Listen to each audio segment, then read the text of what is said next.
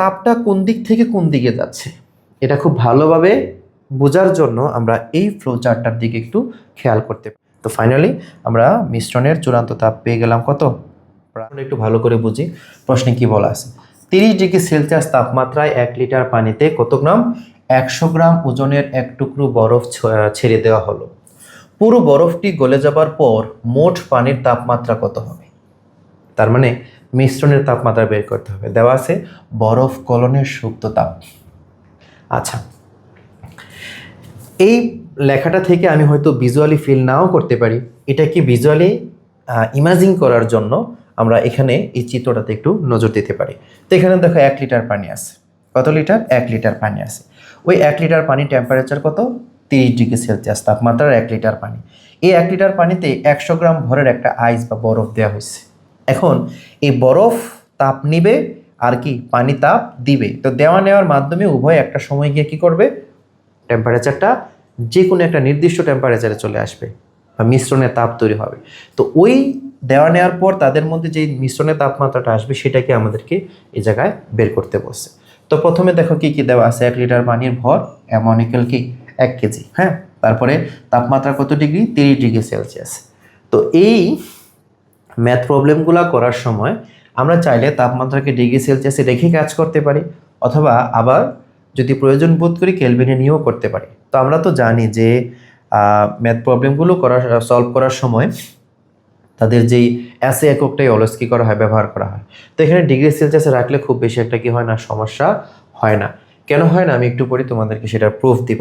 তো দেখো, প্রথমে পানির ভর এবং তাপমাত্রা লিখে ফেললাম, তারপরে বরফের ভর সেটাকে গ্রাম থেকে 1000 দিয়ে ভাগ দিয়ে কেজিতে নিয়ে নিলাম, তারপরে বরফের সুপ্ত তাপ যেটা দেওয়া আছে এই জায়গায় সেটা লিখলাম এবং সেটাকে এল দিয়ে প্রকাশ করলাম। এবার মানে সুপ্ত তাপটা কিলো জুলে দেওয়া আছে, এই কিলো জুল থেকে আমাদেরকে এটা জুলে নিতে হবে। তো জুলে নিতে হলে আমাদেরকে 1000 দিয়ে গুণ দিতে হবে। তো 1000 দিয়ে গুণ দেওয়া যেই কথা, 10 কিউব দিয়ে গুণ দেওয়া একই কথা। আমরা গুণ দিয়ে এটাকে জুল পার কেজিতে নিয়ে নিলাম। হ্যাঁ, এবার পানির আপেক্ষিক তাপ S 4200 joule per kg per kelvin. একটু আগেই বলছিলাম যে 6টা পদার্থের আপেক্ষিক তাপ শিখে নেওয়ার জন্য। এখানে দেখো পানির আপেক্ষিক তাপ কিন্তু দেওয়া নাই, কিন্তু এই পানির আপেক্ষিক তাপটা ব্যবহার করতে হবে। যদি এই ভ্যালুটা আমার মুখস্থ না থাকে আমি কিন্তু এই প্রবলেমটা সলভ করতে গিয়ে, মানে এটা প্রসেস জানা আছে তারপরে কিন্তু সলভ করতে পারবো না। তো আমি যেটা বলছি সেটা শোনো সবাই।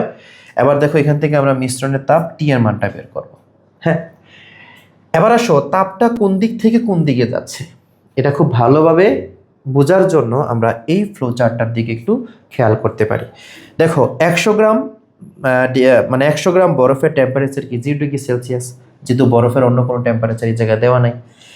এই 100 ডিগ্রি সেলসিয়াস তাপমাত্রার বরফটা প্রথমে এই 30 ডিগ্রি থেকে তাপশক্তি নিবে, তাপশক্তি গ্রহণ করে সে সম্পূর্ণভাবে গলে কি হয় 0 ডিগ্রি সেলসিয়াস তাপমাত্রা পানি হবে। তাহলে 0 ডিগ্রি সেলসিয়াস তাপমাত্রার বরফ, আর এখানে হচ্ছে কি 100 গ্রাম 0 ডিগ্রি সেলসিয়াস তাপমাত্রার বরফ গলা পানি। তো এখানে যে তাপশক্তিটা গ্রহণ হবে সেটাকে আমরা Q1 দিলাম। তো এখানে তাপশক্তি পরিবর্তন না হওয়ার কারণটা কি? পরে আসছি যে তাপশক্তির পরিবর্তনটা তাপমাত্রার পরিবর্তনটা দেখা যায় না তখনই যখন পদার্থের অবস্থার পরিবর্তন হয়। এই যে বরফ থেকে পানি হচ্ছে, সুপ্ত তাপ ব্যবহার হচ্ছে, তার কারণে এখানে তাপমাত্রা 0 0 0 রয়ে গেছে। তো এখানে আমরা সুপ্ত তাপ হিসাবে এই কিউর মানটা বের করব। তারপরে দেখো পানি 100 ডিগ্রি মানে 0 থেকে গলে 0 পর্যন্ত পানি হবে। পানি হওয়ার পর ওই 0তেই কিন্তু থেমে থাকবে না, সে তাপশক্তি নিতেই থাকবে। কার থেকে? যদি এই 0 ডিগ্রি সেলসিয়াস থেকে নেওয়ার মতো আরও তাপশক্তি থাকে, তাহলে নিয়ে তাপশক্তিটা আবার বৃদ্ধি পাইতে পাইতে কোথায় যাবে? মিশ্রণ পর্যন্ত আসবে। হ্যাঁ, আর অপরদিকে এই 30 ডিগ্রি সেলসিয়াস তাপমাত্রার 1 লিটার পানি কী করবে? লাগাতার তাপশক্তি বর্জন করবে। তো এরো চিহ্নটা ওই দিকে না দিয়ে আমরা এই দিকে দিব। এই দিকে যে 30 ডিগ্রি সেলসিয়াস তাপমাত্রার 1 কেজি পানি লাগাতার তাপ বর্জন করবে, বর্জন করে সে মিশ্রণ পর্যন্ত আসবে, আর এদিকে বরফ গলে পানি হবে, ওই পানি এবং তাপশক্তি শোষণ করে মিশ্রণ পর্যন্ত পৌঁছাবে। ঠিক আছে, তাহলে টোটাল দেখো গৃহীত তাপ কয়টা? 2টা, এবং বর্জিত তাপ কয়টা? 1টা। তো একটু আগে আমরা ক্যালোরিমিতির মূলনীতি থেকে কি পড়ে আসছি যে মোট গৃহীত তাপ সমান সমান কি বর্জিত তাপ। এটাই দেখো আমরা এই জায়গায় লিখবো। দেখো ক্যালোরিমিতির মূলনীতি গৃহীত তাপ সমান সমান বর্জিত তাপ। তো এখানে এই গৃহীত তাপ Q1 প্লাস কি দিলাম Q2 আর ইকুয়াল বর্জিত তাপ হচ্ছে কি Q3। এবার আসো Q1 plus Q2 equal Q3, আবার Q1 এর মানটা আমরা বের করবো M টু ডেল আর এম টু এল কেন লিখলাম? তো এখানে যেহেতু অবস্থার পরিবর্তন হচ্ছে না, সুপ্ত তাপ, তো সুপ্ত তাপ বের করার সূত্র হচ্ছে তার ভর দিয়ে সুপ্ত তাপের গুণ। তাহলে ভর হচ্ছে কত, বরফ কত গ্রাম, 0.1 কেজি না? তো 0.1-এর সাথে আমরা কি করব, বরফ গলনের যে সুপ্ত তাপ আছে ওইটা গুণ দিয়ে দিব। তাহলে এই ভ্যালুটা হচ্ছে কার, এই এম এর। আর এখানে একটা মিস্টেক আছে, আমরা এইটার ভ্যালুটা এই জায়গায় লিখি নাই, আমরা এই জায়গায় আরেকটা ভ্যালু লিখবো, সেটা প্লাস দিয়ে লিখবো যে M2 এর মান হচ্ছে 0.1 ইন্টু পানির আপেক্ষিক তাপ কত, 4200, তারপরে ডেলটি। খেয়াল করো, এই 0 ডিগ্রি সেলসিয়াস তাপমাত্রার পানি যখন মিশ্রণে যাবে, এই দুইটার মধ্যে কোন তাপমাত্রাটা বেশি বলো তো? নিঃসন্দেহে এই তাপমাত্রাটা বেশি হবে, যেহেতু তাপ গ্রহণ করে সে উপরের দিকে যাচ্ছে। তাহলে তাপশক্তির পরিবর্তন বা ডেলটি আমরা সবসময় কীভাবে বের করি, বেশিটা থেকে কমটা মাইনাস। তো অবশ্যই এখানে মিশ্রণের তাপমাত্রা বা টি এর তাপমাত্রাটা আগে হবে, আর পানির এই তাপমাত্রাটা হবে পরে। তাহলে আমরা লিখবো T-0। কি লিখবো? আচ্ছা, আমরা এখানে T-0 লিখবো। ওকে, আচ্ছা। এবার খেয়াল করো, এই দুইটা গুণ দিলে, মানে 0.1-এর সাথে যখন এটা গুণ দিব, কত পাবো, 33,400। আর এখানে এটার সাথে গুণ দিয়ে যখন টিকে গুণ দিব তখন আমরা 420টি পাবো। আর টি এর পরে যেহেতু 0, ওইটা তো গুণ দিলে 0ই হবে, ঠিক না? ওইটা নিয়ে আমার আর কাজ করার প্রয়োজন নেই। তাহলে আমরা 420টি পাইলাম ওই অংশটা থেকে। তার পরবর্তীতে M1 S ডেলটি, এটার মান দেখো, M1 এর মান কত কেজি, 1 কেজি। আর এস আপেক্ষিক তাপ তো জানোই কত, 4200 ইন্টু, এবার এইখানে দেখো বর্জিত তাপের সময় মিশ্রণের তাপ কিন্তু কম থাকে।